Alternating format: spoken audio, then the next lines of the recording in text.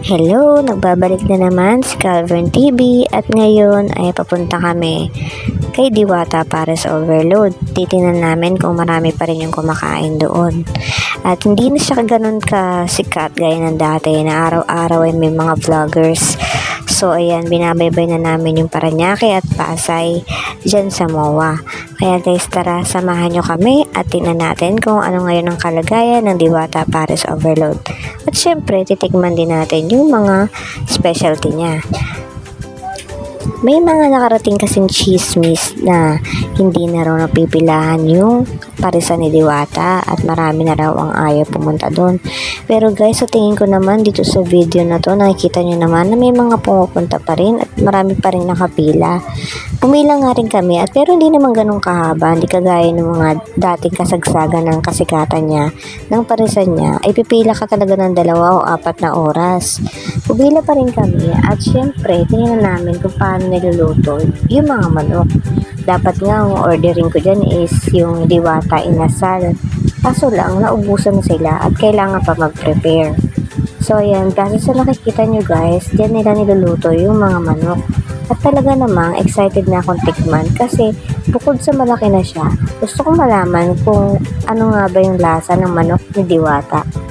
At ayan guys, nakapila na kami dyan at yung iba nakatingin na sa mga nakaupo dyan kasi grabe, parang pag nag-order ka, mag-aantay ka pa ng slot para makaupo ka.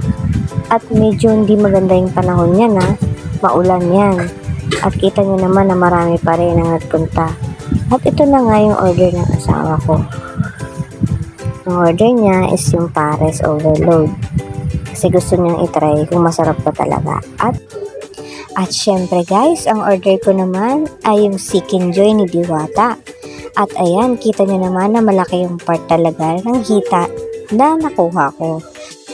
Well, actually, sulit naman din dahil lahat naman ng part ng Chicken Joy ay malalaki talaga. Lahat ng yan ay siniserve ng pantay-pantay sa mga customers ni Diwata. At ito na ang honest review ko guys. Diyan sa lasa ng Chicken Joy ni Diwata, ang masasabi ko lang ay there's nothing special about the Chicken Joy. Kasi alam niyo yung parang mga pritong manok dyan sa mga barangay natin, ganun po yung lasa niya. Kaya wag po kayo mag-expect na sobrang sarap dahil sikat si Diwata. Hindi po. Pero I have nothing against that at actually, nabusog ako at nasatisfy naman ako sa in-order ko. At yung rating naman ng asawa ko sa Pares ni Diwata, hindi niya daw po nagustuhan kasi meron daw po siyang nakainan na Pares na mas masarap pa dun sa nabili namin kay Diwata.